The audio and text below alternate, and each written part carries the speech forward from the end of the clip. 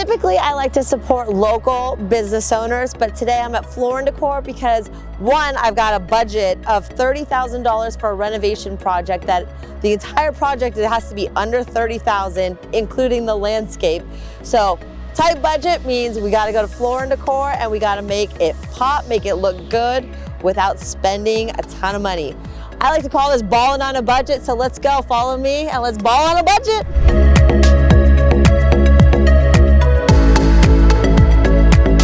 So if I'm balling on a budget, I like to come down to the larger form tiles because that means that it's gonna be easier for the guys to install.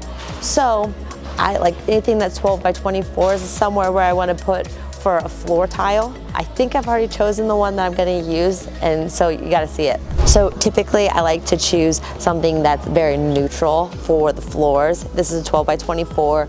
It's got like an industrial look, so I could go any way with that. I could go modern farmhouse, I could go industrial. It's just like a concrete look, and the best part about it is it's only $1.79.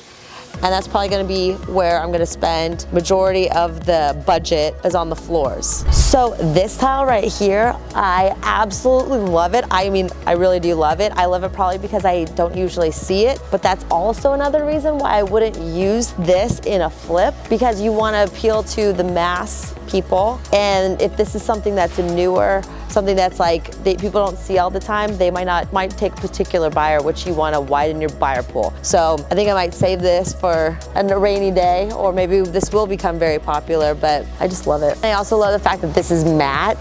This is like a shinier look. This one doesn't bother me as much, but like here, this is super shiny. To me, I think this like look is a very cheap look, and I see it, I don't know, I just don't think it looks high end. It's not my taste, but I do see it in a lot of higher end houses, but it just looks cheesy, cold, boring. I'm gonna head over to where the accent pieces are.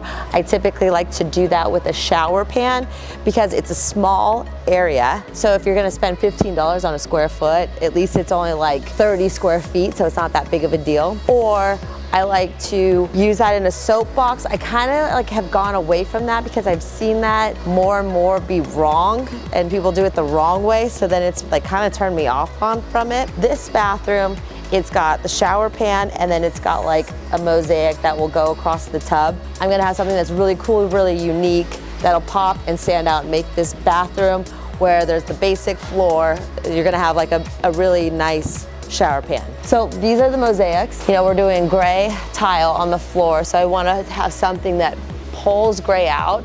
Like something like this would pull gray. This is like marble, and we've already done this ceramic. So it's kind of like those two, you can't use like real and like not real together. It doesn't really work that well. But I've noticed that there's a lot of blues. Like blue is like gonna be the next color, just heads up. Like blue's coming in whether you like it or not, blues and greens. So I'm looking at this white tile right now because this is like, it's a little too bright, I think, but it is $269. It's funny because if you look at this tile and this tile, one is glossy, one is not, and obviously this one looks much better to me. I don't know what it is. I really don't like glossy tiles. What do you think? You think it looks good? I don't.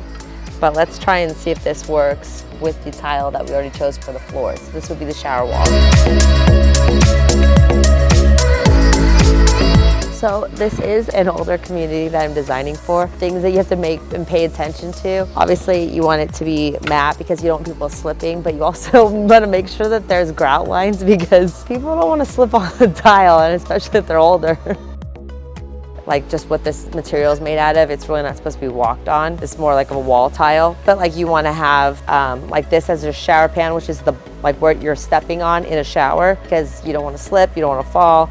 You know, there's a lot of grout lines, so that way you get a good grip. Let's do a breakdown in cost. Okay, so this is probably the most expensive thing, which is $20 a square foot. This is probably only 30 square feet, so it's not gonna be that much. These are $1.29 per each one. I don't know what that square footage would be, but I'm not gonna be using a ton of this because it's only gonna go on the wall where the tub is. So I might not only need like 20 square feet for this. The most cost savings are the areas where I need the most of it. And this is for the shower wall. It's $269 a square foot.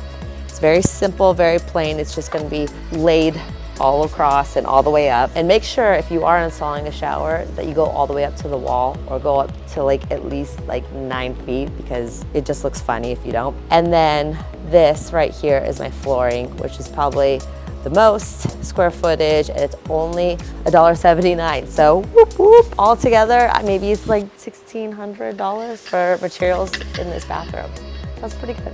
As you can see, I've done a lot of renovations. I've done over 100. So what I can give and what advice I'd say is that materials don't have to cost a lot in order to make a big impact. You can definitely you gotta be creative. If you need help, there's people like Classy AF Interiors, which is my staging and interior design company. But I can't wait to show you guys the final product. So like, follow, subscribe, and make sure that you see the final product, because I can guarantee you're gonna be obsessed.